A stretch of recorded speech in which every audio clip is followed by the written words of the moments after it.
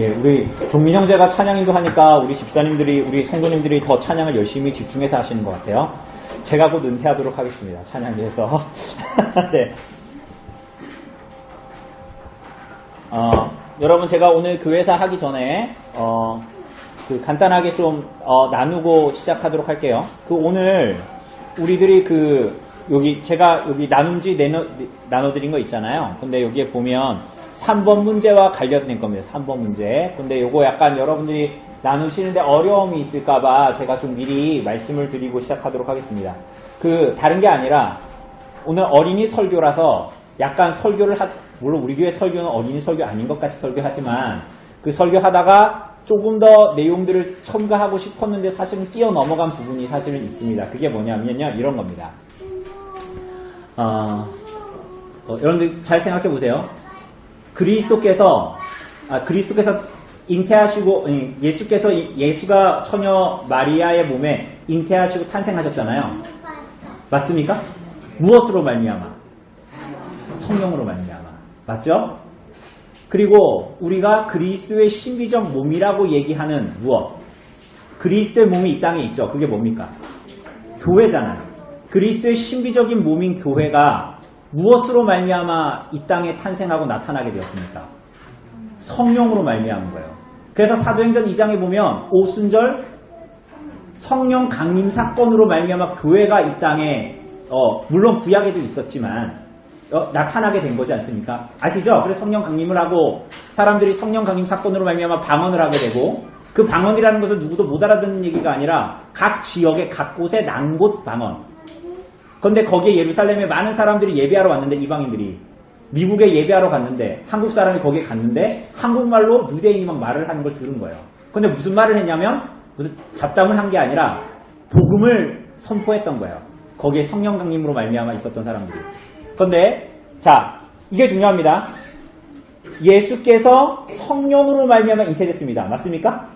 그리스도의 몸인 교회가 성령으로 말미암아 이 땅에 도래했습니다. 맞습니까? 그런데 이 교회에 여러분과 제가 입양됐습니다. 맞죠? 어떻게 입양됐어요? 성령으로 말미암아 우리에게 참된 믿음과 회개를 주신 분이 누구예요? 성령님으로 말미암은 거잖아요. 맞습니까? 그러니까 그리스도께서 이 땅에 오신 것도 무엇으로 말미암아? 성령으로 말미암아. 이 땅에 그리스도의 몸인 교회가 존재하게 된 것도 누구로 말미암아? 성령으로 말미암아. 그리고 오늘 여러분과 제가 믿음과 회개로 참된 믿음과 회개로 거듭난다는 건 새롭게 태어난다는 거잖아요. 새롭게 태어나는 것도 누구로 말미암아? 성령으로 말미암아. 아시겠습니까? 그러니까 요게 포인트였는데 우리 아이들 설교를 하니까 조금 이건 깊은 내용이라 근데 여기 3번하고 관련이 있는 거예요. 그러니까 오늘 우리가 신종훈 현재가 찬양할 때 세상의 유혹 시험이 거기 3절에 보면 뭐라 그래요? 여기 안 나와 있어요. 악보에 3절에 보면 뭐라 나와 있습니까? 지금도 우리 안에 역사하시고 계시는 예수님이라고 했는데 성령님이 오늘도 우리 가운데에서 일하신다라는 거예요. 그게 되게 중요한 것입니다. 그죠? 그래서 그리스도의 거룩한 잉태와 탄생은 오늘 우리들의 참된 믿음과 회개로 거듭난 인생을 살아가는 것에 분명한 의미를 가지고 있는 것입니다. 그죠? 예, 이해되시죠? 이게 중요한 내용이에요. 자, 네, 이어서 우리 교회사 한번 해보도록 합시다. 교회사 여러분 앞으로 3번 하면 끝납니다. 정말로 3번에 끝낼 겁니다. 자, 그런데 어쨌거나 조금 어려운 내용이지만 이 내용들을 좀 지나가고 오늘 특별히 영국, 네덜란드, 독일 뭐 이렇게 내용들을 볼 텐데 그 가운데에서 이 자유주의적인 신학의 기조들이 흐르면서 교회가 어떻게 되었는가 뭐 이런 내용들 볼 겁니다. 자, 프랑스 대혁명이 사실은 세상에 영향을 미치지 않은 나라가 없을 정도였습니다. 그래서 이후에 뭐 남미라든가 이런 데에 이제 식민 지배를 받던 나라들이 이제 독립을 하고 이런 일들이 벌어졌습니다. 근데 영국과 같은 나라는 큰 영향을 받지 않았어요. 영국 같은 나라는. 왜냐하면 이미 영국은 사실은 이제 어쩌면 민주주의적인 절차를 밟고 있었어요. 이제 사실은 군주제에서 이제 사실은 이 민주주의로 가는 의회 정치로 가는 그 여정을 굉장히 잘 밟아가고 있었기 때문에 프랑스 대혁명과 같은 그런 것에 대한 영향은 그렇게 많지 않았다고 볼 수 있습니다. 그런데 그러면서 영국은 이제 한 세기 이상, 거의 1815년부터 1914년. 여러분, 1914년이 그렇게 별로 오래되지 않았어요. 한 100년이에요, 100년. 맞죠? 또 오래된 얘기를 하는 게 아니라 그때의 그 영향은 오늘날 우리도 그 영향을 주고받고 있습니다. 그런데 이 영국의 한 세기 동안 팍스 브리테니카, 그러니까 이 평화로운 영국의 시대를 구가하게 됩니다. 물론 이 사람들이 이러면서 나쁜 짓도 진짜 많이 했습니다. 그런데 그래서 우리가 영국을 얘기할 때 뭐가 지지 않는 나라? 영국을 얘기할 때 뭐가 지지 않는 나라라고 얘기해요? 해가 지지 않는 나라, 태양이 지지 않는 나라 영국이잖아요. 그죠? 그러면서 거의 그런 별명을 얻을 만큼 지구상의 4분의 1이나 되는 대륙을 식민지로 갖게 됩니다. 대단한 나라. 대충 보이시죠? 이 빨간 데가 영국이 지배했던 나라. 여기가 영국이잖아요. 맞습니까? 여기가 영국이잖아요. 근데 영국이 식민지로 여기를 다 지배했어요. 여기 호주고. 그 지구상의 영토의 4분의 1을 지배했던 나라가 영국입니다. 대단한 나라입니다. 대단한 나라. 자, 그런데 이렇게 지배했던 영국의 전성기를 구가하고 팍스 브리테니카라고 불리는 그런 시대를 구가했던 영국의 교회는 어떠했을까요?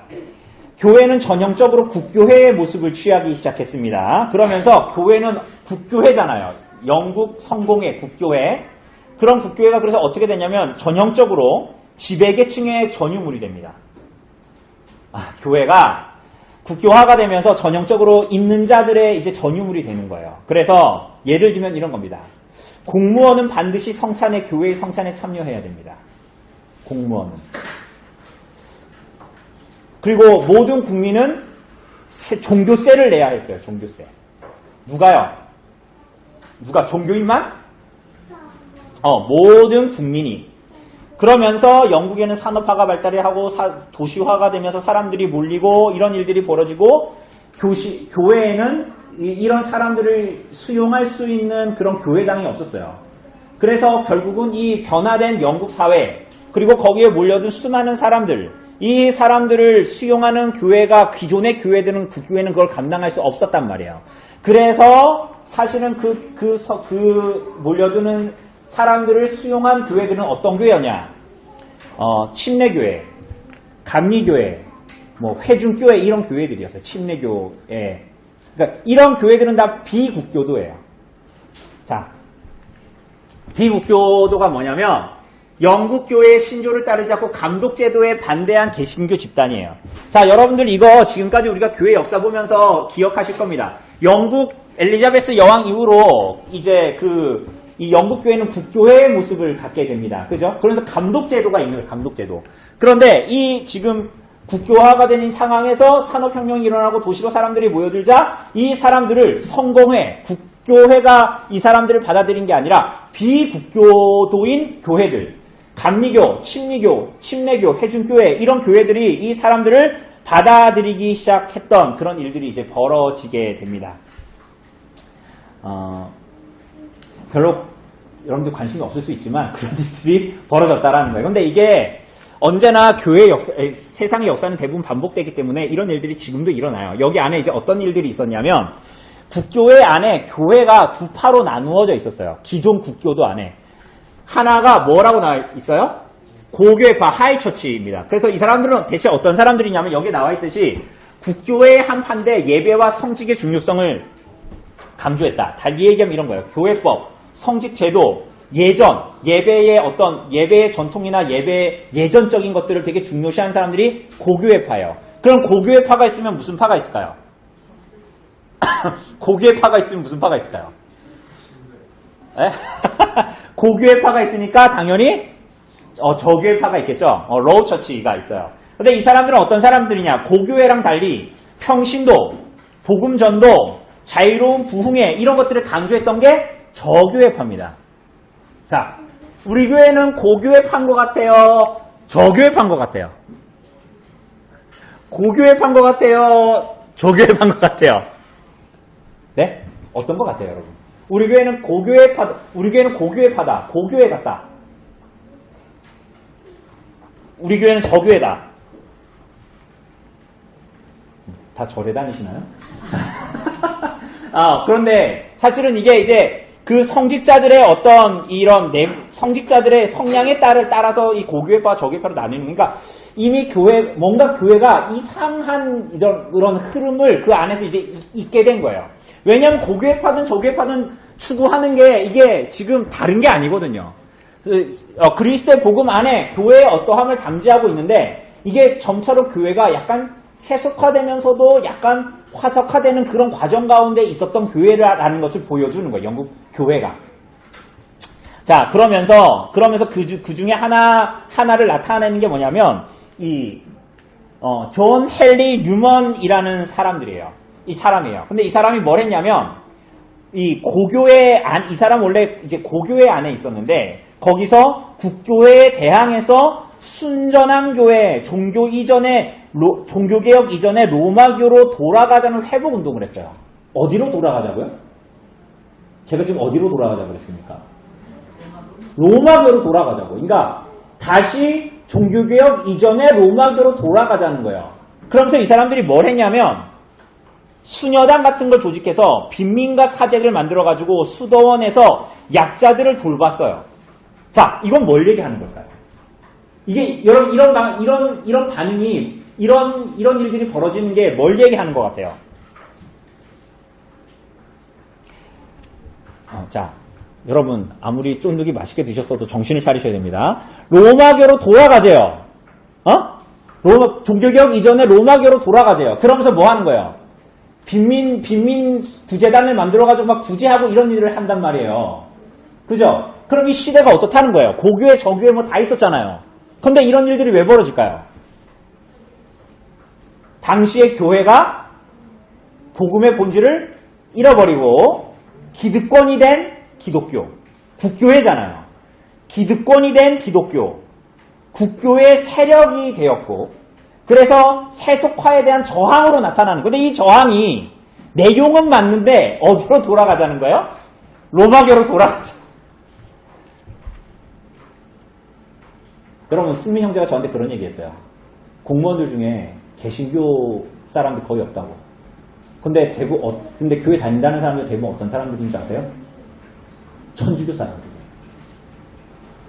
여러분 이게 뭘 얘기하는 것 같습니까, 여러분? 개신교도들이 정신을 차려야 되나요? 그리스도인들이 얼마나 복음의 본질과 빛을 드러내지 못했으면 사람들이 교회 가면 천주교 다니는 사람들이 젠틀하고 착하대. 기독교인들은 되게 이기적이고 집안 알고 자기 돈만 챙기고 이런 사람들이래요. 여러분 어떻게 생각하세요? 그게 웃을 일이 아니죠. 여러분 이 시대가 기독교가 세속화가 됐던 거예요. 그러니까 아무리 국교회가 되고 세력이 됐는데 교회가 사람들은 니네가 교회야? 이런 얘기를 하는 거야. 그러면서 종교개혁? 야 웃기지 마. 그러면서 로마교로 돌아가는 거야. 왜? 저 사람들이 하는 게 훨씬 더 복음의 본질에 가까워 보이거든요. 자, 그래서 여러분 19세기에 영국을 주도한 건 비국교회였어요. 국교회가 아닌 비국교도들이었어요. 비국교도가 뭐라고 어느 교회라고 그랬어요? 감리교, 침례교, 회중교회 이런 교회들이에요. 그래서 이 사람들이 뭘 했냐면 복음전도, 해외 선교, 구제, 사회적 부조리 개혁에 앞장섰어요. 여러분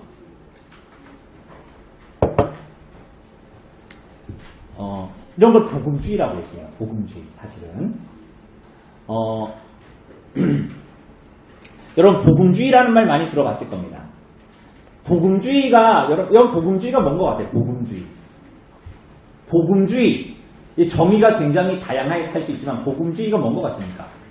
복음주의 하면 복음주의가 뭔 것 같아요? 복음주의.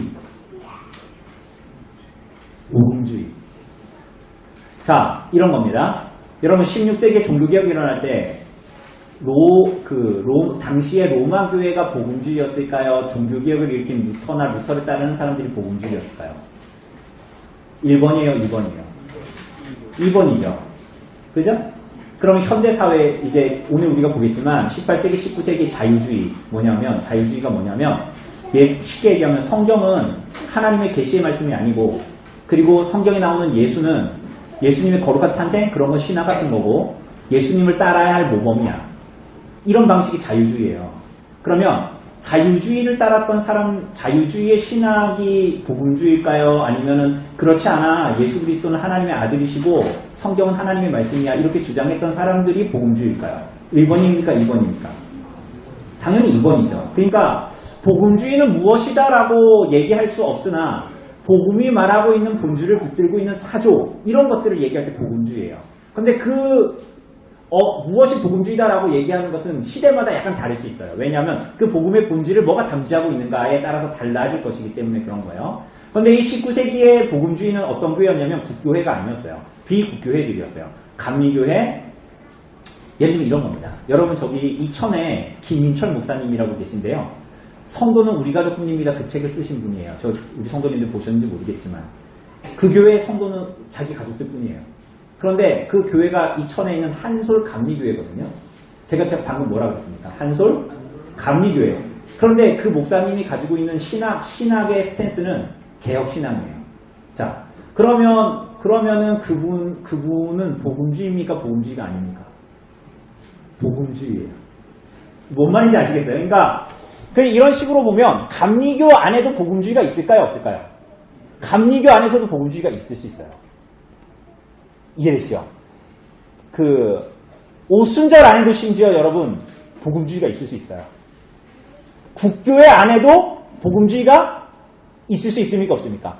있어요. 그러니까 복음주의는 뭐다 이렇게 말하기는 굉장히 애매하지만 그 본질은 굉장히 분명한 그런 것들을 복음주의다라고 이제 이야기를 할 수가 있습니다.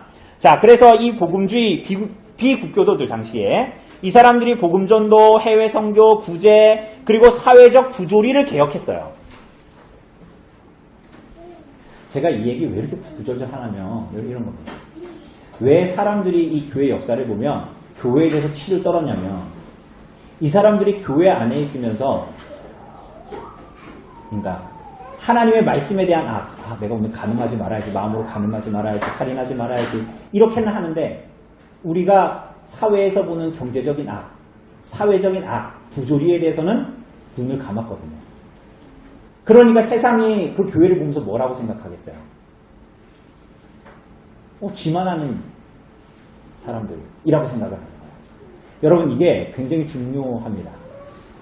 자, 그래서 그 중에 대표적인 것이 이제 복음주의 운동에서 대표적인 것이 뭐였냐면 이 사람 전에 여러분 기억나실 건데 로버트 레이크스라는 사람인데 이 사람이 무슨 운동을 했을까요?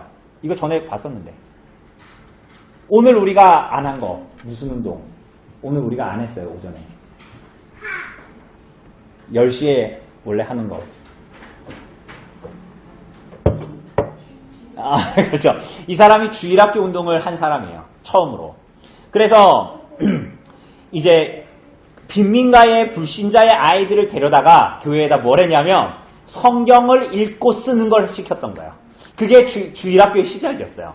누구를 했다고요? 대상이 누구였다고요? 우리 교회 다니는 애들 아니었어요.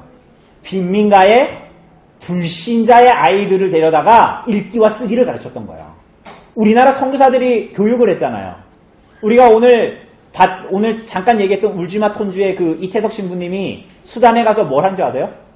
의술도 베풀었죠. 사람들을 아주 간단한 병인데도 사람들이 죽어가니까 치료했죠. 근데 뭘 했냐면 학교를 열었어요. 교육을 했어요. 근데 이 레이크스도 주일학교를 그렇게 했거든요. 그러면서 이제 그 이후에 세계의 모든 종류의 그 교회의 일반화가 된 거예요. 주일학교가. 근데 시작이 무엇인지 우리가 잘 기억해야 될 필요가 있습니다. 그래서 1831년에 영국 인구의 25% 125만 명의 아이들이 모두 다 주일학교에 소속되어 있었어요. 대단하죠? 영국 국민의 4분의 1이 주일학교였어요. 자, 그래서 이런 일들이 이제 벌어지게 되고 그러면서 이 어두운 시대의 복음주의자였던 한 사람 윌리엄 윌버퍼스 하면 무슨 제도가 떠올라야 돼요? 무슨 제도? 윌리엄 윌버퍼스 하면 무슨 제도가 떠올라야 돼요? 노예제도. 그래서 노예 매매 금지법, 노예제도 금지법 이런 거를 하는 거예요. 여러분 근데 이게 교회하고 관계가 있어요? 없어요? 노예제도 폐지 이런 게 교회하고 관계가 있어요? 없어요? 관계 있습니까? 없습니까? 관계 있어요. 관계 있다고요. 그런데 오늘날에 윌리엄 윌버포스가 이런 시대의 노예제도를 얘기해. 그럼 뭐가 될까요? 그럼 윌리엄 윌버포스 보고 사람들이 뭐라고 얘기할까요? 빨갱이라고 얘기하겠죠. 이게 무슨 얘기인지 아시겠죠? 지금 제가 무슨 뉘앙스로 얘기를 하는지. 오늘날 기독교인들이 세상의 모든 것들을 누리면서 교회 안에만 있으면 된다고 생각을 해요. 그런데 세상에 나타나는 모든 악들에 대해서는 손을 놓아요. 여러분, 왜 자유주의 신학이 왜 발전했냐면 자유주의 신학을 가지고 있는 사람들이 신학은 이상했어요. 아니 근데 그 신학을 받아들일 수는 없어요. 왜냐하면 예수를 하나님의 아들로 인정하지 않는 때도 있거든요. 근데 그 사람들은 다 뭐에 관심이 있었냐면 세상의 부조리와 악에 대해서 관심이 있었어요. 왜 대체 기독교인들은 세상의 부조리와 악에 대해서 입을 다물고 있는가? 자, 그래서 이 영국 복음주의자들이 이런 일을 했어요. 대부분 이런 일을 했어요. 자, 그래서 이제 세계 복음주의 연맹을 만들어서 교회 교파들이 다 같이 이제 합치게 되고, 그러면서 영국, 미국, 스코틀랜드 개혁파 교회들이 함께 참여했어요. 그러면서 종교의 자유, 관용을 외치기 시작했습니다. 자, 그런데 여기에 참여하지 않는 교회들이 있었습니다. 무슨 교회들일까요? 지금까지 교회사 보면은 이런 데 지금까지 뉘앙스를 보면 여기에 참여하지 않을 교회들이 있습니다. 어떤 교회가 있을까요? 자, 천주교 참여했을까요? 안 했을까요? 로마교 여기에 참석했을까요? 안 했을까요? 이 세계 복음주의 운동에. 안 했겠죠? 성공회 참여했을까요? 안 했을까요? 성공회. 국교도예요. 참여했을까요? 안 했을까요? 안 했겠죠. 더 나아가서 독일 루터교 참여했을까요? 안 했을까요? 안 했어요. 이게 뭘 얘기하는 거냐면 지금 이 교회가 지금 어떤 위치에 와 있게 됐냐를 얘기하는 거예요. 지금 기득권에 와 있었어요. 세속화됐어요. 그러니까 복음의 본질이 아니라 자기가 붙들어야 될 뭔가가 있는 거예요. 자기 유익과 자기 권력의 유지를 위한 무엇을 하려고 하는 거예요. 다. 그러니까 여기에 참여를 안 하는 거예요. 그런데 윌리엄 윌버포스나 로버트 레이크스나 이런 사람들은 그렇게 하지 않았어요. 여러분, 이것은 오늘날 우리 한국 교회의 큰 도전입니다. 우리가 대체 뭘 해야 되냐는 거야. 우리가 복음으로 살고 이 세상의 소금과 빛으로 나타나는 것이 대체 무엇이겠냐는 거야. 예수 믿고 주일날 교회 오고 김준영 그분처럼 김준영이 나쁜 건 아니에요.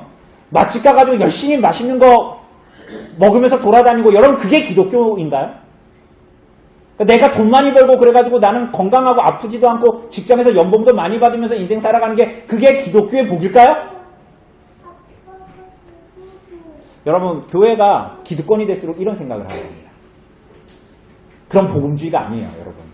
장로교인이라도 그건 복음주의가 아닌 거예요. 그러니까 복음하고 상관없는 일을 하면서 살아가는 거예요. 여러분 두려운 일이에요. 왜냐하면 이게 영국, 독일, 네덜란드 이 모든 나라의 역사에서 있었던 일들이거든요. 자, 네덜란드입니다. 네덜란드는 우리가 아는 대로 이 16세기 중후반에 개혁교회가 자리를 잡았어요. 국가는 교회를 지원했고 교회는 국가에 충성했어요. 그런데 국가는 교회 일에 간섭하지 않았어요. 그래서 1618년에 도르트 회의 이후에 200년 동안 교회 회의를 개최하지 않았어요. 그럴 필요를 별로 이제 느끼지 못했던 거예요. 그런데 1648년에 30년 전쟁을 종지부를 찍은 조약이 있습니다. 그게 뭡니까? 우리 지난번에 공부했어요. 30년 전쟁의 종교전쟁의 종결의 도장을 찍은 조약. 베스트 누구십니까? 이쪽에서 나오는데.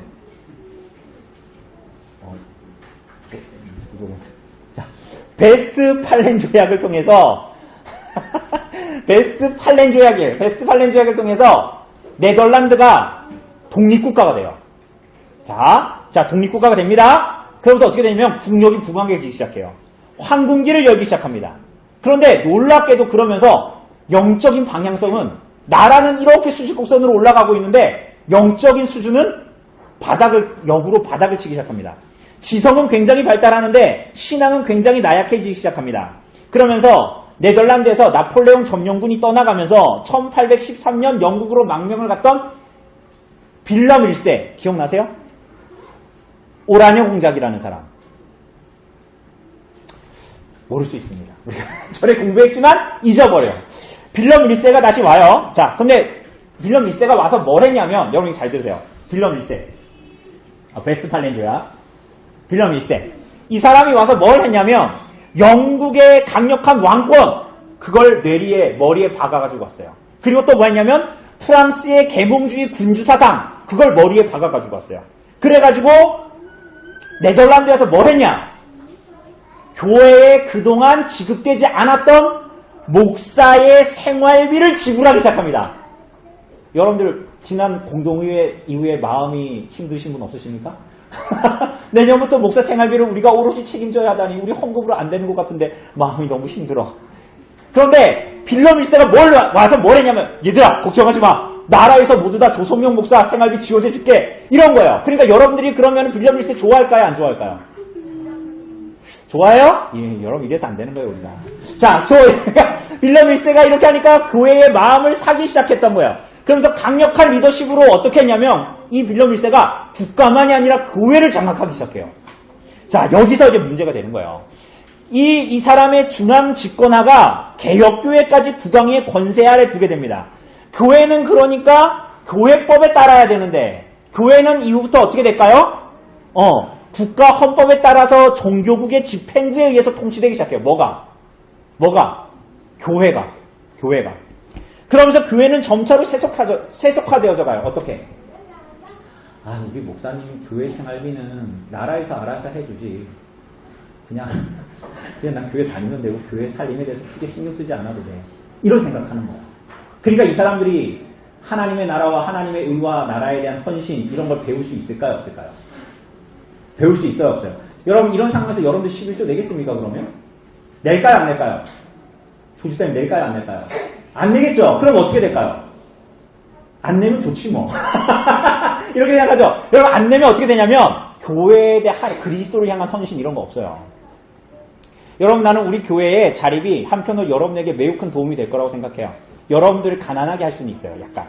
그러나 여러분들에겐 득이 될 거예요. 왜냐하면 그리스도와 교회를 사랑하는 마음으로 여러분이 하나님께 드릴 때 여러분들이 그로 말미암아 교회가 무엇인지 그리스도를 따르는 것이 무엇인지 알게 될 것이기 때문이에요.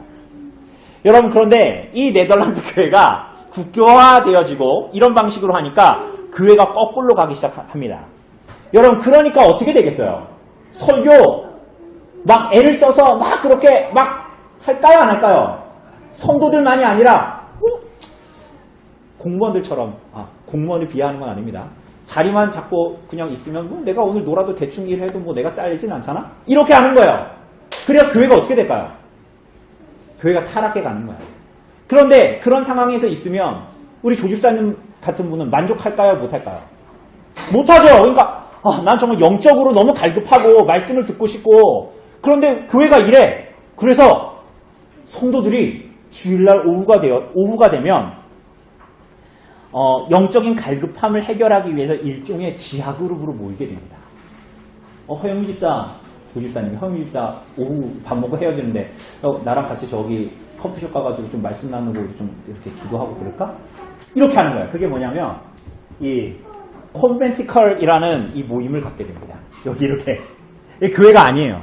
그러니까 이렇게 해가지고 그런 교회가 그런 국교회의 그런 상황 가운데 되니까 성도들이 이런 마음으로 주일 오후에 자발적으로 모이기 시작합니다. 그러면서 네덜란드의 작은 시골의 윌림 교회의 목사인 헨드릭 더코이라는 사람이 있는데 이 사람이 국가교회로부터 우리는 탈퇴하겠다라고 선언을 하면서 교회를 세웁니다. 그러면서 수많은 목사와 교회들이 국가교회로부터 이탈하기 시작해요. 빌럼 1세의 국가교회로부터. 그게 뭐냐면 그걸 뭐라고 얘기하냐면 이게 이제 네덜란드인데 아포스 헤이딩입니다. 무슨 뜻이냐면 분리라는 뜻이에요. 그래서 아포스 헤이딩 교회들이 나타나요. 국교회에서 어떻게 된다? 분리되어서 나가는 교회. 그러면서 이 교회가 종교개혁으로의 신앙으로 돌아가야 한다라고 주장을 했어요. 왜냐하면 당시에 교회가 어떻게 했냐면 복음성가를 부르지 않는다는 이유로 징계를 받기도 했어요. 이게 무슨 얘기냐? 복음성가 부를 수 있잖아요. 오늘 그 신종민 형제가 같이 찬양하는 건 대부분 복음성가거든요. 그런데 복음성가를 부르지 않는다는 이유로 징계를 받았어요. 이게 무슨 얘기냐면 시편 찬송가를 부른다 안 부른다? 못 부르겠다라는 걸 얘기하는 거예요. 지금 당시의 교회가. 그리고 뿐만이 아니라 개혁 신앙의 요약인 세 개의 일치신조 뭡니까?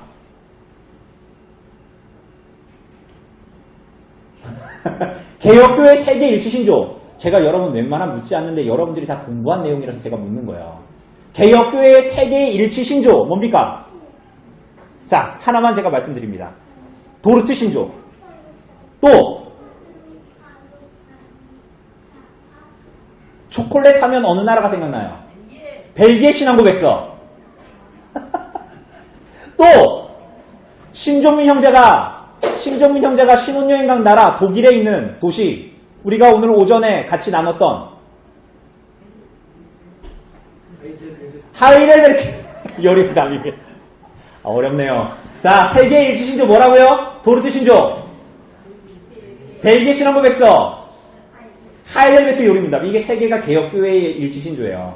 그런데 이거를 고백을 못하게 했어요. 그런 사람들 쫓아냈어요. 그러니까 아포스헤딩 교회가 나타난 거예요. 우린 너희와 더 이상 함께하지 못하겠다. 심지어는 불신자의 자녀에게, 여러분 불신자의 자녀에게 유아세례 줄 수 있습니까? 없습니까? 불신자 자녀에게 유아세례 줄 수 있어요? 없어요? 불신자 아이에게 유아세례 줄 수 있냐고요? 줄 수 없죠. 그런데 주지 않는다고 해서 면집당합니다. 이 국가교회에서 네덜란드. 왜냐하면 이미 교회는 국가교회처럼 된 거예요. 그죠? 그런 분위기에서 그냥 교회가 국가고 국가가 교회니까. 그죠? 근데 그거는 성경의 가르침에 어긋나요? 안 어긋나요? 어긋나니까. 그래서 이런 일들이 이제 벌어지니까 이런 교회들이 이제 나타나기 시작합니다. 자, 그러면서 아포스헤딩 이후에 네덜란드가 국가가 교회의 독립적 운영을 어느 정도 허용을 해줍니다. 왜냐면 이런 일이 벌어졌으니까. 그런데 점차로 무슨 일들이 벌어지냐면 계몽주의적 세속주의가 들어와요. 그 대표적인 사람이 누구냐면 이 레이던 대학의 스골턴이라는 교수예요. 근데 이 사람이 뭐라 그랬냐면 이런 가르침이 편만했다라는 거예요. 무슨 얘기를 했냐면 이런 얘기를 했어요.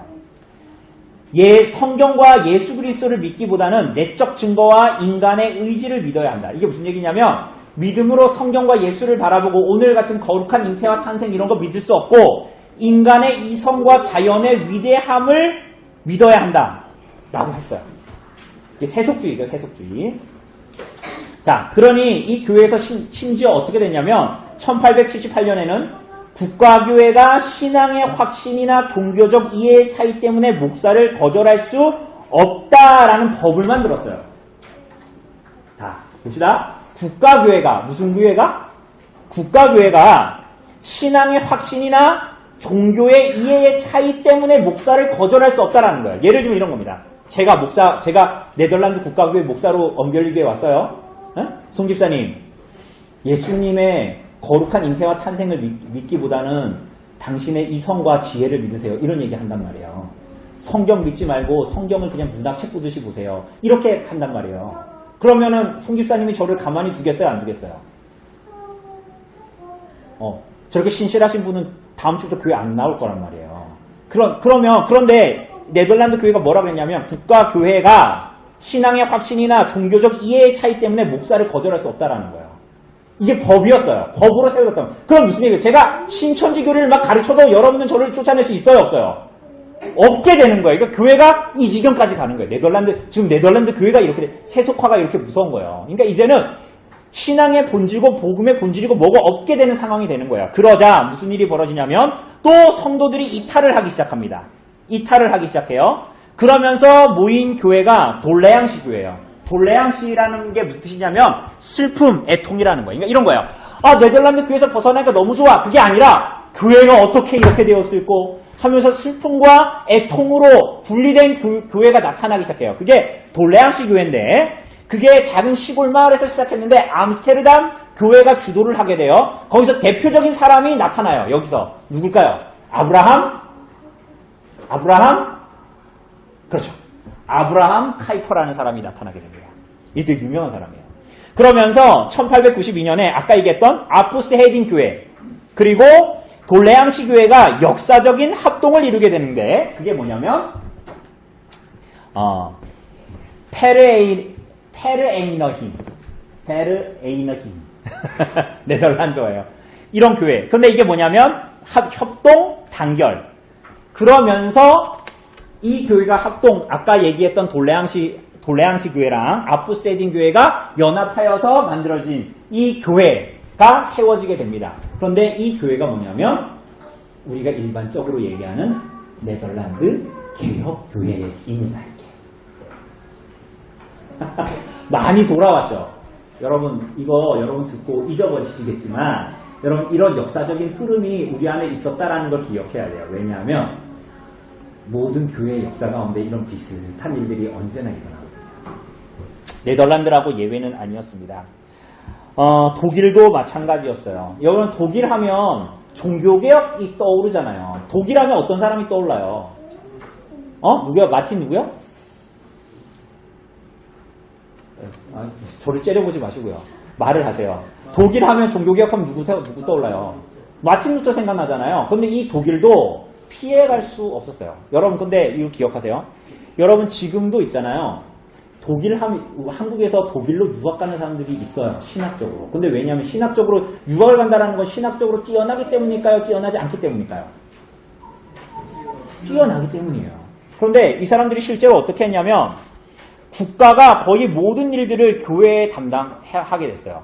교회 재정을 막 끌어줄 수 있었어요. 그러니까 막 사도나 고대 사본 이런 거 성경에 대한 거 그런 거 막 살 수 있었을까요? 없었을까요? 있었죠? 여러분 그럼 신앙이 깊어질 것 같잖아요. 아니에요. 어떤 일이 벌어지냐면 성서 비평학이라는 게 나옵니다. 이게 무슨 얘기냐면 성서 비평학에 뭐가 있냐면요. 본문 비평, 자료 비평, 양식 비평, 역사 비평 이런 거 있어요. 이게 무슨 얘기냐면 달리 얘기합니다. 이런 거예요. 성경 사본들을 막 사가지고 막 비교해가지고 가짜 성경과 진짜 성경이 뭔가를 막 하면서 이건 진짜 성경이고 이건 가짜 성경이고 막 이런 거예요. 쉽게 얘기하면 이런 결론이 나요. 여러분 말씀 보존 학계가 뭐 합니까? 신내교 거기서 킹 제임스 버전만 성경이고 여러분들이 가지고 있는 이 개역개정 성경은 뭐다? 사단의 성경이라고 얘기하잖아요. 거짓말 성경이라고. 근데 그건 뭐냐면 사실은 조금만 따져보면 그 사람들은 사본학에 대해서 무지하지도 않은데 그냥 주장을 하는 거거든요. 그렇게. 그런데 그와 비슷한 일들이 이 교회 안에서 일어나기 시작합니다. 그러면서 막 따지는 거예요. 그러면서 고대 사본들이나 역사의 여러 가지 것들을 뒤져 노아 홍수와 비슷한 일들이 고대 역사의 기록에 있을까요? 없을까요? 강의가 있을까요? 라고 그랬어요. 자, 있을까요? 없을까요? 여러분 있어요. 그러니까 여러분이 무슨 생각하게 될 것 같아요? 조집사님 그럼 무슨 생각하게 될 것 같아요? 성경 말고 고대 사본에 노아 홍수와 비슷한 사건이 있었다고? 그럼 여러분 뭐라고 생각할 것 같아요? 노아 홍수가 참이다 거짓이다? 거짓말일 수도 있겠구나. 고대 사본에도 메소포타미아 이런 기록에도 노아 홍수하고 비슷한 일들이 있었네. 성경에만 있는 게 아니네. 이런 생각을 하기 시작하는 거예요. 메소포타미아 길가메시 뭐 이런 거 보면 이거 성경에도 나와 있는 내용인데? 이런 식으로 하기 시작했던 거야. 성경의 계시성을 믿지 않게 되는 거야. 그러니까 이런 사람들은 전혀 반대로 생각하지 않아요. 성경의 계시를 통해서 뭔가 노아 홍수의 무언가를 각색했다. 이런 식으로 생각하지 않고 기본적으로 사람들은 사탄의 자녀들이기 때문에 마음이 거꾸로 가요. 어떻게? 그 고대 사본을 누가 뺏겼다? 성경이 뺏겼다. 이런 일들이 벌어지게 돼요. 성서 비평학. 이런 일들이 벌어지게 됩니다. 그러면서 교회의 자유주의 신학이 점차로 뻗치기 시작합니다. 예수가 하나님의 아들이 아니고 성령으로 말미암아 거룩한 잉태와 탄생을 한 게 예수님이 아니고 성경은 하나님의 계시의 말씀이 아니고 이런 거예요. 성경은 문학작품이야. 누가 그거를 믿어? 야, 누가 성경을 하나 전해주려고 그걸 전해주고 저 대동강변에서 목이 달아나는 선교사의 그런 삶을 누가 살아? 이거 문학작품 전해주다가 그렇게 죽는 사람도 바보 같은 사람이야.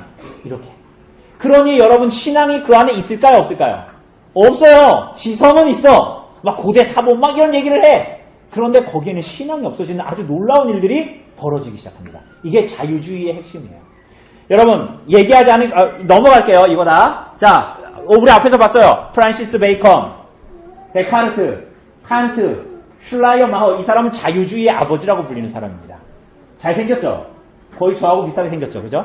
슐라이어 마허, 헤겔, 그리고 그 헤겔이나 다윈의 이 진화론에 잇댄 그런 이제 칼 막스의 이제 공산주의 이론이 나오고 그런 일들이 벌어지고 리츠, 하르나 이런 사람들. 쉽게 얘기하면 무슨 얘기냐면 이런 거예요. 이 성능이 믿을만하다. 경험적으로 된 것만 믿을만하다. 그러니까 동정녀 탄생 이런 거 믿을 수 있어요, 없어요? 예수님이 갈릴리 호수 걸어간 거 믿을 수 있어요, 없어요? 오병이어 사건 믿을 수 있어요, 없어요? 그거 다 신화야. 니네한테 교훈을 주려고 한 거야, 이소부화처럼. 이렇게 받아들이는 거예요, 전부 다. 이해되시죠? 그러면서 하르낙이라는 사람 뭐라 그랬냐면 기독교의 본질은 속죄교리가 아니라 윤리다, 윤리. 착하게 살아야 돼, 예수 믿으면. 이런 생각을 하게 됐던 거예요. 여러분 왜 그랬다고요? 여러분 자유주의가 갑자기 이렇게 나온 게 아니라 그랬잖아요. 당시에 개신교의 모습이 예수 믿고 맛집 가는 거야. 예수 믿고 세상에서 잘 사는 거야. 예수 믿고 우리끼리 행복하면 되지 뭐. 비민가의 불신자 애들 뭔 상관이야. 수단에서 애들이 굶어 죽든 말든 무슨 별거 아닌 병으로 굶어 죽든 말든 나랑 뭔 상관이가? 내가 잘 먹고 잘 살아야지. 100원이라도 내가 왜 그런데 허튼 일을 써? 그냥 나만 잘 살면 되지. 우리 자식 새끼 입에 들어가든가. 여러분 이런 방식의 삶을 기독교인들이 살고 그들이 화석화되어지고 신앙이 세속화되어졌어요. 여러분 신앙이 세속화라는 건 이런 거예요. 신앙의 세속화는 무슨 이단의 교리를 받아들인다? 여러분 그런 것만이 아니에요. 복음의 본질을 잃어버리는 거예요. 여러분 이 사람들이 그래서 이제 뭘 했냐면 이 당시의 사람들이 이 개교회들이 대부분 뭘 했냐면 개인의 죄 용서와 구원과 개교회에만 관심이 있었어요. 여러분 그럼 돼요 안 돼요? 될 것 같죠? 이러면 안 되는 거예요. 그러니까 이게 복음의 본질이 아니라는 걸 얘기하는 거야. 그러니까 여러분 이 자유주의는 이 모든 영역에 인격이 파괴되고 인륜이 무너지는 모든 영역에 관심을 가졌던 거예요. 시대가 처한 역사와 시대의 도전 앞에 성경에서 답을 찾으려고 했던 사람들이에요. 그러면서 이 당시에 이 보수적인 기독교라고 불리는, 이 보수적이라는 게 그때 달라요. 의미가 달라요. 근데 당시의 보수적 이 기독교들은 어떻게 했냐면 그 성격이 더 근본적으로 변화됩니다. 우리가 다음 주에 근본주의를 아마 배우게 될 건데 그러면서 고립되어서 이상한 비성경적인 성격을 갖는 교회 생활을 하게 됩니다. 교회라는 이름을 가지고 있는데 교회가 아닌. 국교회도 교회잖아요. 그런데 거기에는 복음의 본질이 없는 그런 아주 이상한 삶의 방식을 교회를 추구하면서 살아갑니다. 자, 근데 자유주의는 좋은 거예요, 나쁜 거예요? 그럼 자유주의는 좋은 거예요, 나쁜 거예요? 여러분 대화를 해보세요. 대답을 해보세요. 좋은 거예요, 나쁜 거예요? 자유주의 좋은 거예요? 자유주의는 성경을 하나님 말씀이라고 안 믿고 예수를 하나님의 아들이라고 안 믿는데 자유주의 좋은 거예요, 나쁜 거예요? 그럼 나쁜 거니까 자유주의는 모두 다 그럼 나쁜 놈들이네. 다 빨갱이들이고 다 죽여야 되네. 반대가 있어요. 왜 그런 일들이 벌어졌냐를 우리는 직시해야 되는 거예요. 시대의 도전에 응전하고 대답해야 되는 책임이 우리들에게 동시에 있는 거예요. 그래서 우리로서는 뭐 하는 거예요? 하나님의 나라를 이 땅에서 걸어가되 교회의 역사를 배울 때 어떻게 해야 되는 거야? 쟤는 내 편이었네. 쟤는 내 편 아니었네. 아니요. 그게 가장 바보 같은 짓이에요. 그래서 뭘 해야 되냐면 취할 것과 조심해야 될 것, 배울 것과 위험한 것을 분리해야 돼요. 그래서 거기서 우리는 교훈을 얻어야 돼요. 그러면서 우리가 자유주의나 이런 일들이 벌어지고 그 어떤 방향으로 나타나는가를 보면서 시대의 문제들에 대해서 고민해야 돼요. 우리는 어떻게 살아야 되는가를 고민해야 돼요. 그게 뭡니까? 테러, 전쟁, 부와 가난, 환경 문제. 제가 아까 설거지 하시길래 열심히 너무 더운데 집사님 우리 설거지 하는데 우리 다음부터는 그냥 이 종이 밥그릇에다가 그냥 일회용으로 할까요? 근데 조 집사님 뭐라고 하신지 알아요? 환경이 이렇게 망가지고 있는데 우리가 종이컵 써야 되겠냐고. 여러분 놀라운 개혁신앙을 가지고 있는 분입니다. 저분은. 여러분 이게 복음주의예요. 자발적 불편을 감수하는 거. 환경이 망가진다. 바다가 망가진다. 그럴 수 있지. 아니요? 어떻게 그럴 수가 있습니까? 여러분 그렇지 않으려고 하는 것이 참된 복음의 본질이고 하나님께서 이 세상을 우리에게 주셨는데 온 세상을 파괴하면서 개발하라고 주신 게 아니잖아요. 균형감을 이루어야 된다는 거예요. 균형감. 그죠? 여러분 그래서 교회 역사를 이제 근현대로 이제 거의 오고 3번이면 끝났는데 여러분 특별히 우리가 사실 근현대에서 멀지 않은 시대를 살고 있기 때문에 여러분 기억해야 돼요. 여러분 겸손해야 돼요. 무슨 얘기냐면 유일한 신학이란 없다라는 생각을 하셔야 돼요. 유일한 신학이란 없다라는 것은 자유주의나 이단도 전부 다 바른 신앙이다 그 얘기하는 게 아니라 교회의 모든 역사의 흐름 가운데에서 우리가 바른 신앙 안에서의 교훈을 얻으려고 해야 된다. 근데 그건 겸손해야만 가능한 거야. 저 사람은 뿔 달린 악마 같은 놈, 저 신학을 했던 놈들은 여러분 그런 생각으로 그렇게 하지 말고 대체 이것이 오늘 우리들이 신학을 하고 신앙으로 살아가는데 어떤 의미를 주는가를 고민하셔야 돼요. 그렇다고 해서 뭐 예수님의 대속의 의미는 없고 우리는 그냥 윤리 도덕적으로 착하게 사는 것이 구원이다. 아니에요. 그런 걸 오케이 하자는 얘기가 아니라 이것을 기억합시다. 그러면서 단순히 과거를 답습하는 게 아니라 우리의 의무를 다했는지를 우리가 판단해보고 이 시대를 살게 하는 하나님의 부르심에 응답하는 것이 무엇인지를 고민하세요. 여러분 제가 일부러 이제 끝났어요. 일부러 말씀드리는 거야. 여러분 제가 오전에 설교했듯이 김준현의 그런 맛집을 찾아다니고 돈과 에너지를 다 여러분 지금 제가 이 얘기를 하는 걸 오해하지 마세요. 맛있는 거 먹으러 가지 말고 맨날 풀떼기 먹어라 이런 얘기 하는 거 아니에요 지금. 여러분 그 사람의 그런 방식 근데 그거는 그 사람만 그런 게 아니에요. 오늘의 사람들이 다 돈과 힘과 에너지와 기쁨과 만족을 맛있는 걸 먹고 좋은 걸 보고 세상에서 누리면 그게 만족이라는 식으로 살아가는 게 기독교냐는 거예요. 정말. 내가 좋은 차를 끌고 좋은 집을 사고 재산을 자식들에게 물려줄 수 있고 여러분 그게 정말로 기독교인의 삶이고 복음의 본질이냐고요. 내 아내나 남편이 삐까뻔쩍하게 잘 나가는 차를 타고 그런 연봉을 받으며 살아가는 사람 만나야지. 여러분 그게 정말 복음의 본질이냐고요. 여러분 이태석 신부의 얘기를 보면서 저 사람은 가톨릭이잖아. 우린 개신교인데.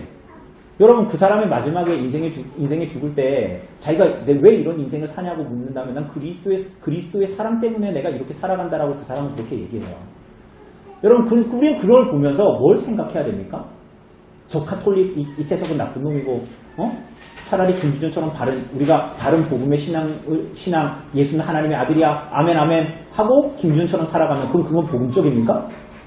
여러분 이런 식으로 생각하면 안 된다는 거예요. 그게 얼마나 바보 같은 겁니까? 오늘날 기독교인들이 자꾸만 이런 방식으로 삶을 살아요. 여러분 기억하셔야 됩니다. 독일 교회가 이렇게 타락했잖아요. 세속화되고.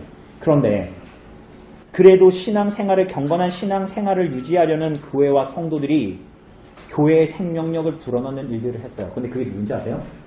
경건주의자들이었어요. 우리가 경건주의자들의 장점과 단점을 얘기했잖아요. 기억나십니까? 잘 안 나시죠? 근데 여러분 이 독일 교회의 세속화에 반항하면서 저항하면서 독일의 교회의 생명력을 불러넣은 것은 아이러니하게도 경건주의자들. 여러분 그러니까 여러분 잘 생각해보세요.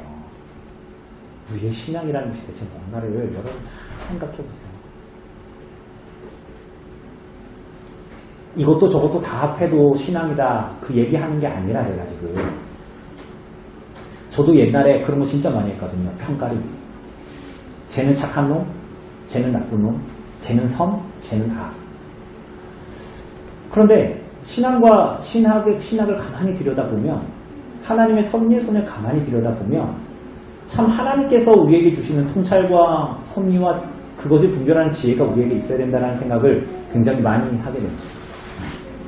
어떤 사람들은 이걸 보면서 저 조성용 목사 신학이 많이 흐려졌구만 이렇게 생각할지 모르겠으나 신학이 흐려진 게 아니라 난 예수를 하나님의 아들로 부인하는 사람이 아니거든요.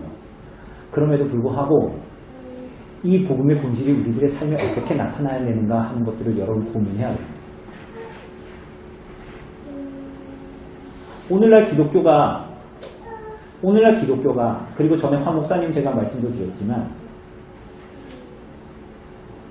독재가 횡행하고 사람들이 죽어나갈 때 대부분 그 사람들을 도와준 건 천주교였지 개신교도들이 아니었어요.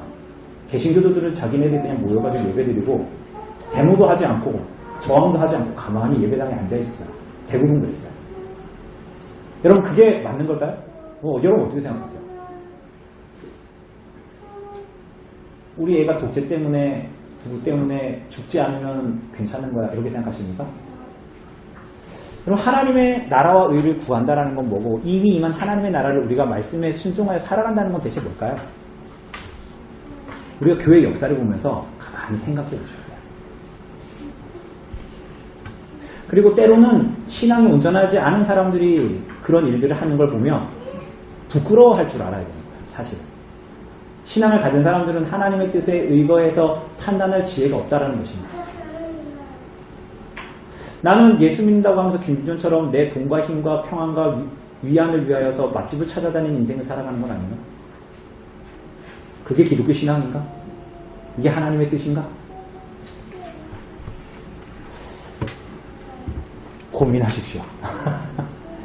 갈등하시고 하나님의 뜻에 의해서 우리들의 삶이 어떻게 가야 할까를 교회의 역사를 보면서 생각해 보시기를 바랍니다. 그게 교회의 역사가 주는 의미입니다.